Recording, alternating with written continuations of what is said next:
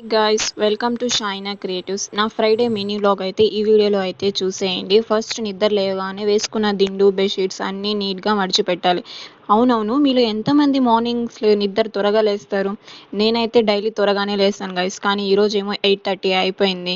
అలాగే మాట్లాడుకుంటే ఎంతమంది కింద పనుకుంటారు చెప్పండి? ఇప్పుడైతే డాక్టర్స్ అయితే సజెషన్ చేస్తా అన్నారంట, చాలామంది కింద పనుకోండి హెల్త్కి మంచిది అని. ముందు కాలంలో అంత కిందే కదా గైస్ పనుకునేది, కానీ ఇప్పుడే మంచాలు వచ్చేసినాయి కాబట్టి అందరూ మంచం పైన నిద్రపోతున్నారు. మేమైతే డైలీ కిందే పనుకుంటాం గైస్, మా చిన్నప్పటి నుంచి మాకు ఇదే అలవాటు చేస్తున్నారు. సో మొత్తం అయితే క్లీన్గా ఎత్తి పెట్టేసిన తర్వాత ఇల్లంతా నీట్గా. అవును, మీరు మీ చిన్నప్పుడు ఎండి పీరియడ్ ఉండిందా మీ స్కూల్స్లో? మా స్కూల్లో అయితే ఉండింది గైస్. ఫ్రైడే ఫ్రైడే ఎండి చేయించేవాళ్ళు. అది తప్పించుకోవడానికి మేము పడిన తంటలు మామూలుగా కాదు. ఎన్ని రీజన్స్ చెప్పినా మా పీటీ సార్ వదిలేవారు కాదు. అప్పుడు అర్థం కాలేదు గైస్ దాని బెనిఫిట్. కానీ ఇప్పుడు లేచి మార్నింగ్ లేగానే మనం యోగా, మెడిటేషన్, ఎక్సర్సైజ్, జిమ్ అని చేస్తూ ఉంటే అప్పుడు అర్థమవుతుంది గైస్ దాని వాల్యూ.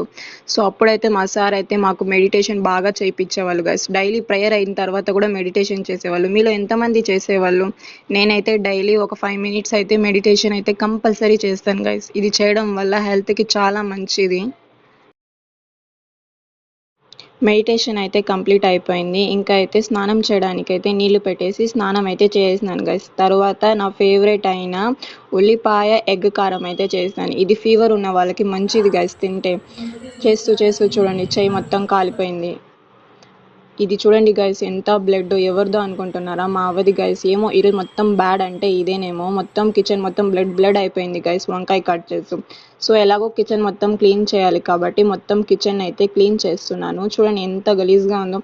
సరే మొత్తం నీట్గా అయితే కడిగేసి సామాన్లన్నీ నీట్గా సర్దేసి మొత్తం చేసే లోపల 12:30కి స్టార్ట్ చేస్తే 3:30 అయింది గైస్.